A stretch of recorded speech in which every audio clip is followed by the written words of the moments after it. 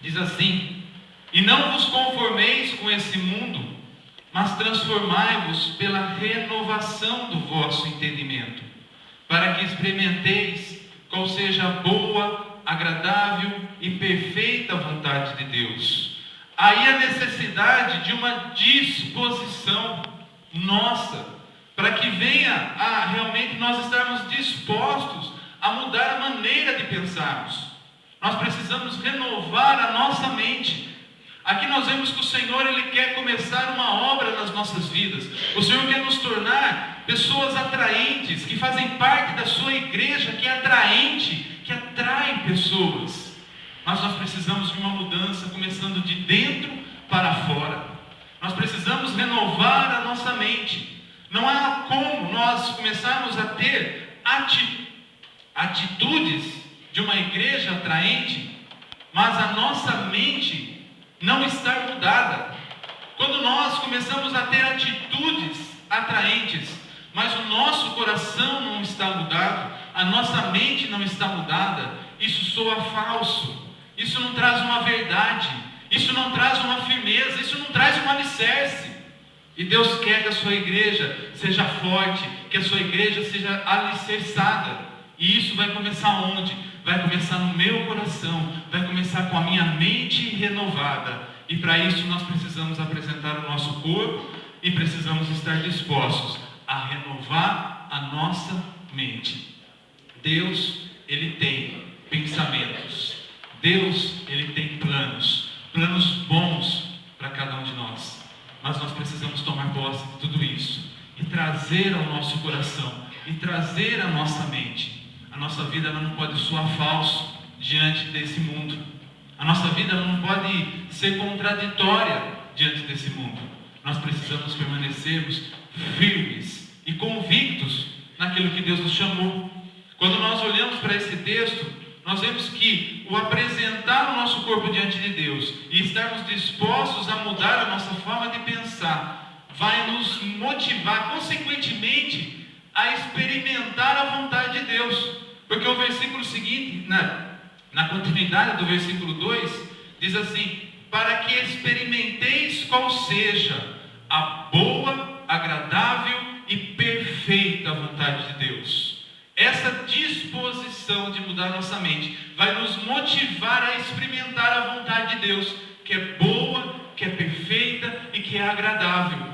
Produz bons frutos a vontade de Deus nas nossas vidas.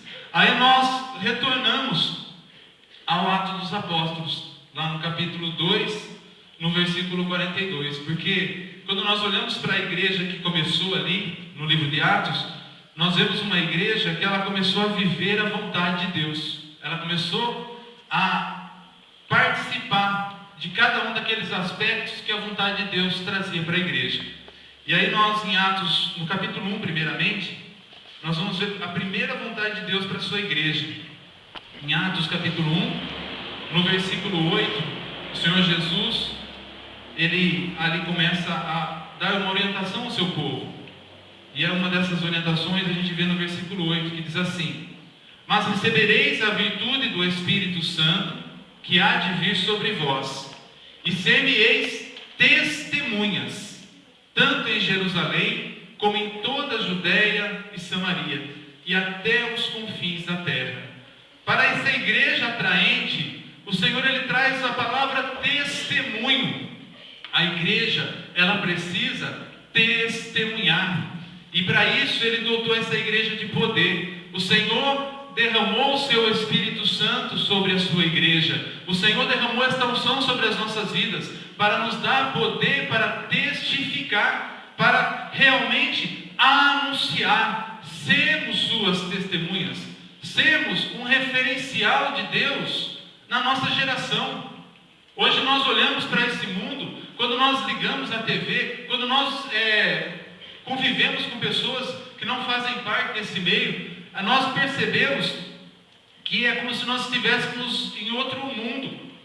Eu não sei se você já tiver experiência de ir em locais assim que não são cristãos. Eu tive uma experiência interessante quando a gente participa muito na igreja, né? E aí eu tive uma experiência de estar indo numa escola pública que fazia muito tempo que eu não entrava, assim, num horário onde estão os alunos. E eu ali esperando para ser atendido, eu comecei a observar aquela escola. E comecei a ver aqueles jovens. E aqueles jovens correndo para cá e para lá, e só palavrão atrás do outro, e briga, porque um está ameaçando o outro de morte. E aquele negócio, e aqueles meninos assim, todos meio, né, que agora assim, é humano, né? E eu comecei a olhar para tudo aquilo e falei, Senhor, eu estou alheio a isso aqui. Eu não estou acostumado com isso. Senhor, que mundo é esse? Será que é o mesmo mundo que eu vivo lá dentro da igreja, né? Aquele mesmo mundo que está lá? Não é diferente. Porque o mundo lá fora, ele está cercado de referenciais corrompidos, referenciais que estão poluídos, referenciais que não são de Deus. Então esse mundo hoje, a gente está vivendo uma crise de referencial. E aí quando nós olhamos para a igreja do Senhor, a vontade de Deus para essa igreja é que ela seja um referencial dele nessa geração.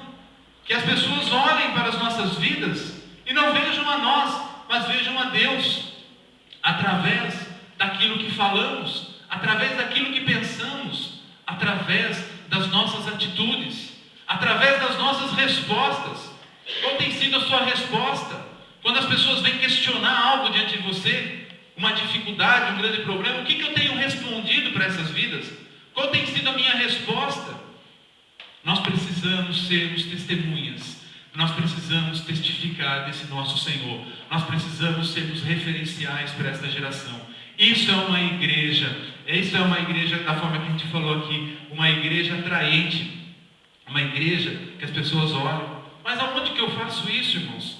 Lá naquela igreja primitiva, o Senhor falou para eles, olha, vai começar lá em Jerusalém, vai lá para Samaria, vai lá para a Judéia e vai para os confins da terra.